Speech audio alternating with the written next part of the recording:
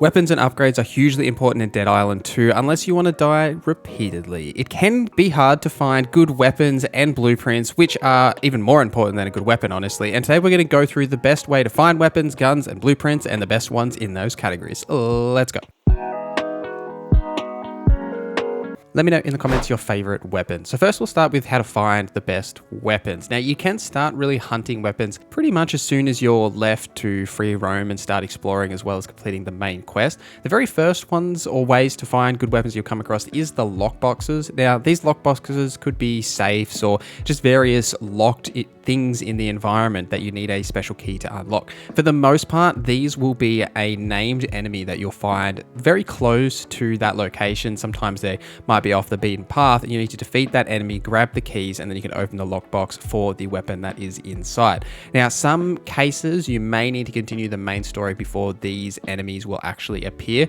What I've found, it's typically if you've completed like the main story event that's in that zone, then these enemies will start appearing if you're struggling to find them. So just be mindful that that might be why they're not appearing. And also you could probably just Google like where to find them if you're struggling as well, because they can be tricky. And there's also the fuse boxes, which act similarly to lockboxes that you'll find. Now, both of these do show up on the map. Fuse boxes and fuses we talked about in the last video, so go watch that if you want for some full breakdowns, but you'll always get a weapon drop in these fuse box areas as well. It's just like an RNG weapon drop in those locations. Now, the main way that you'll find really high quality weapons is by doing side quests and the lost and found quests. Firstly, side quests, they only typically appear in areas that you've completed the main story event, or if you return to those areas that you've been previously after you've progressed at some point in the main story. They'll have quests for you, and these will often give you a weapon or a blueprint or a mod or something that is actually worth value, plus the XP that you already obviously get. Now, the best way to check if you've got side quests available in an area is to check the fast travel menu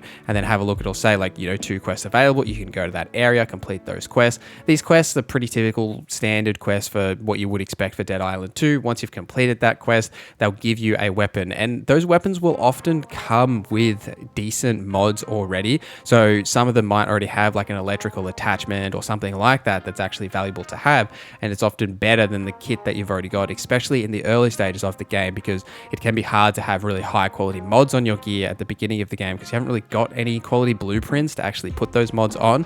And it also is exactly the same for the lost and found quest. Now, these are a bit of a hunt and they're not really clear sometimes what to do. The first one you'll come across is at Ricky's house. In his pool, you'll see the little chest there that you can pick up and start the first lost and found quest. To complete this one, you just need to go to the nearby pools and pick up the notes there, and then you'll need to head to the Bel Air area into the goat pen house. There'll be a enemy there that you'll need to kill and grab the keys from him, and then return to that lockbox and you'll get a sword out of it. That is quite quality, but there's plenty of these lost and found quests that you can do that you'll find around in the map. If you're ever wondering what the quest is going to give you by completing it, you can actually check it in the quest log. It'll say the amount of XP that you'll get, plus whether you get a mod or a weapon or something like that. So you can always see what you're going to get and decide if it's actually going to be worthwhile for you to go and complete that quest. I've seen some questions about guns and when you get access to use them, and it seems to be tied to a particular main quest called Justifiable Zombie Site. I don't want to spoil anything that happens in this quest, but Sam B will contact you and ask you to try and find some guns.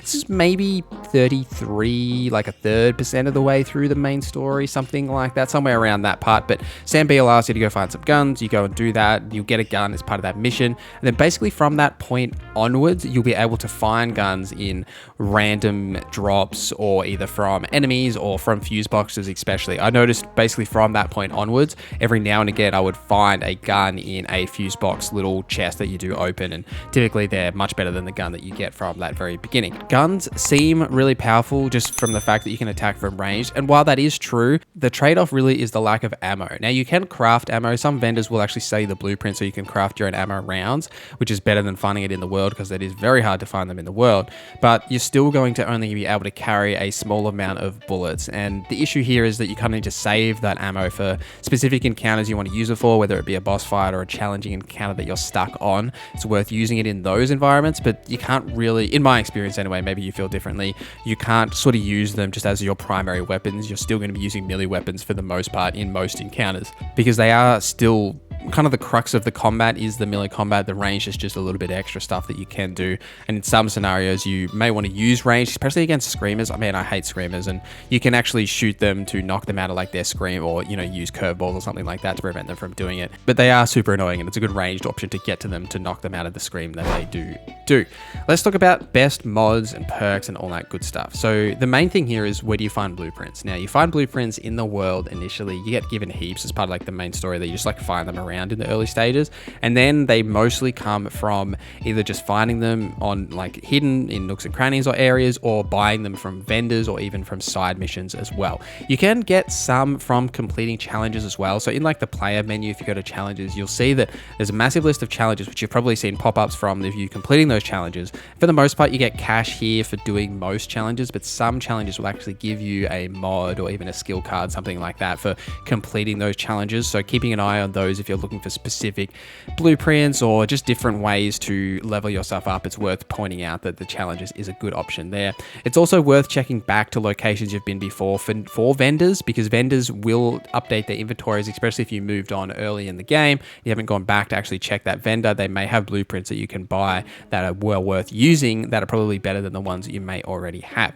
So in terms of the best blueprints here, it's hard to say, right? I think that the main thing is to have a breadth of options in your arsenal. So you want to have an electric weapon, a fire weapon, a physical weapon, all that sort of stuff. And either have blunt as well as slash, because certain zombies are better against blunt and certain are better against slash, that sort of thing. The one thing that I've really found is that bleed damage is a really great all-rounder type of damage. Now, most of the other enemy types, they have resistances and that sort of thing. And most of the standard zombies and even some of the Apex zombies are weak to bleed and can apply bleed to them pretty easily.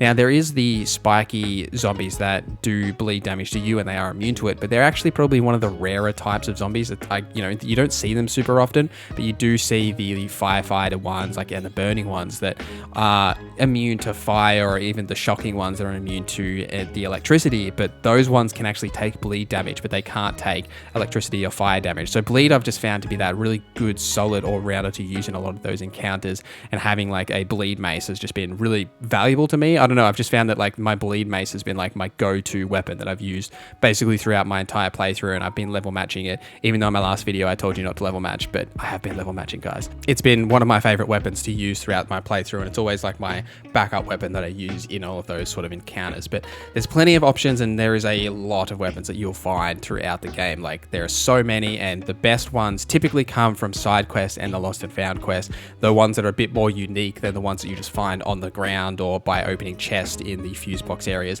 It's the best thing that I can say. And some vendors also have unique weapon options as well, so it's worth checking those vendors for them too. But there's plenty of options here, especially as you travel around. And definitely the biggest tip is, don't just push the main story. Go back to areas you've been before, explore, find all of the lockboxes, complete the side quests, level yourself up, and you'll definitely succeed the further you get into the game as the game gets harder. But let me know down in the comments what your favorite weapon is in Dead Island 2. Thanks guys for watching this video till the end. Thank you to our members for supporting the channel. My name is Norza, and I hope you have a great day.